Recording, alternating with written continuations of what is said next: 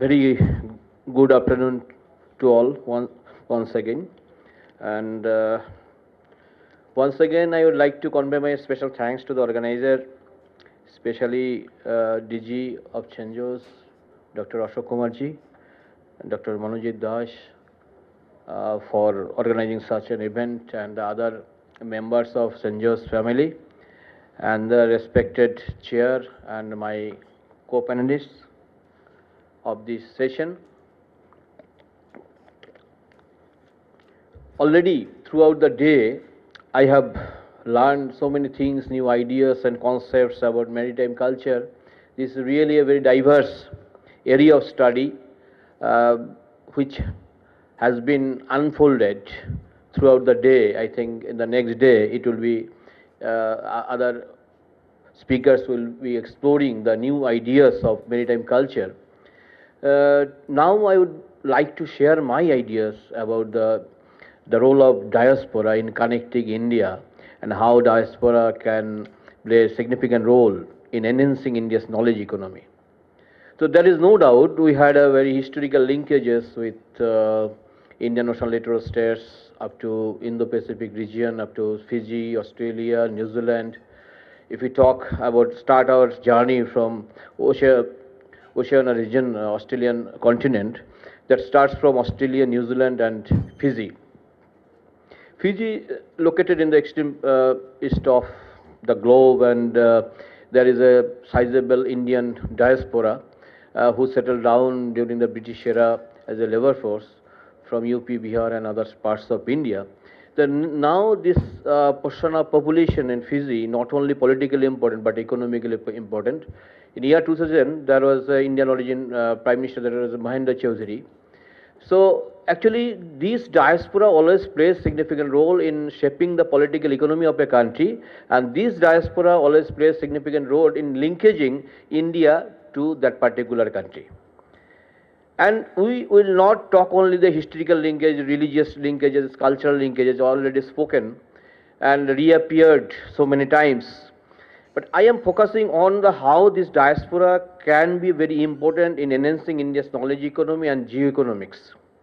Today we have heard a lot about the blue economy, and essence of blue economy, there is no denial factor of fact behind the importance of blue economy. So we are talking about maritime linkages with between India and the Oceania region. And the Indian diaspora is not only very playing significant role in the construction of the economy of the country and their knowledge economy. Indian diaspora is playing significant role, and they are linkaging India, and they are encouraging the government of India to invest there. So there is no doubt if there is the Indian cultural sect in any particular country, they will always welcome Indian investment, and the Indian government will play significant role as a part of public diplomacy. So the diasporic study has been neglected for a long time, but today to the study of international relations, diaspora study or area study, diasporic study has been one of the important part to enhance and to implement public diplomacy properly. So as a part of it, the government of India is now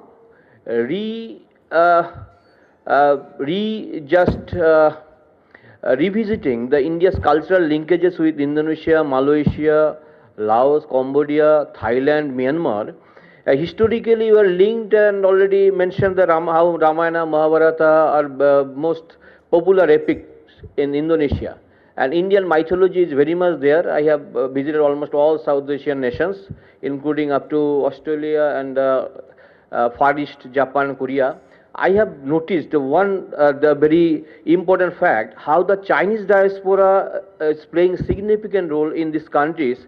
Each and every countries in the Indo-Pacific region, there is Chinese town, the mini China. So they're trying to influence the local economy. And Indians, a little diaspora, is settled in the latter half of 19th century in the Kobe city and another small city of Japan. That there is not a good number, but there is there. I mean, representation is important to represent the country.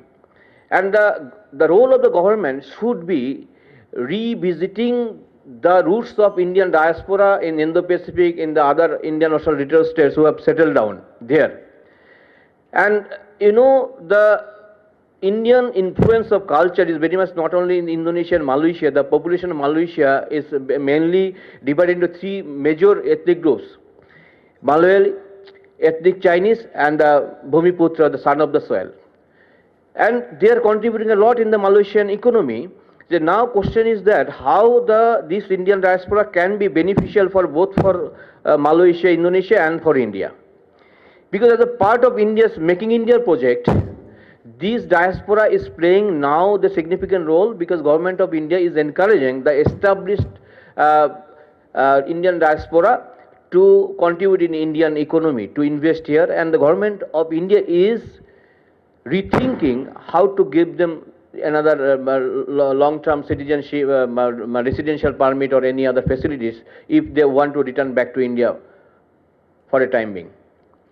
And the airport, Bangkok, there in Bangkok, we know there are two major airports. If you talk of Suvarnabhumi airport, that is a Samudra Manthan. And the Nayam Suvarnabhumi is the land of gold that is originally connected and linked with Indian culture. And the names, and there is a place, Ayodhya, the former capital of Thailand. So if you roam around the country, then you see how much Indian culture and the religion is very much connected with India, and how the Indian people who settle down in different parts of Thailand, especially in Bangkok. I have visited some small areas of Bangkok city. There are some Indian restaurants and the Indian diaspora. They are living there. They are associated with some small business. Some are who are living in the main city. They are associated with the big business. Now I am coming to another part, the knowledge economy. Basically, India. We are talking about India's indigenous knowledge system. That is Indian knowledge system. But instead of saying the India's knowledge system, we can just caption it indigenous knowledge system. If we talk about India's knowledge system, that might be imposed on Indian culture to the global community, that might not be accepted. If we talk about the indigenous culture, that might be more acceptable terminology. So we are now branding our indigenous language, indigenous culture. Already many earlier speakers talked about the impact of Ayurveda, India's contribution in yoga. There is no doubt Indian film, but I am talking about the India's modern technology, Indian IT, Indian engineering, Indian missile technology, which are being now manufactured jointly by India and other countries, and India is planning to produce or manufacture India's indigenous defense system, defense equipments, along with other countries and abroad also. India invested a lot in the Middle East countries. Indian companies are doing business there. So there are so many universities in Malaysia, Indonesia and Singapore, and in Singapore you know a good number in Indian diaspora. So Indian companies, in collaboration with those companies, foreign companies in Malaysia, Singapore, they are establishing some knowledge institutions, colleges, universities and medical colleges, through which India can earn money. India can branding India's indigenous knowledge system. India can propagate how much develop India's culture and Indian ancient history, and that can be projected into that countries. So this is not only the projection of Indian culture. In that way, India can earn revenue. If we talk about on only culture or our history, that might not be beneficial. If so knowledge economy is the best part of our thinking, the foreign policy, and how it can be related to the geoeconomics. If you talk about the African continent, there is a good number of African countries which shares maritime border with Indian Ocean littoral states, Kenya, Seychelles, Mauritius, Suriname. In those countries there is a good number of Indian diaspora who have settled down in 17th century, 18th century and 19th century in different phases. So these, and the Prime Minister of Mauritius belong to the Indian origin.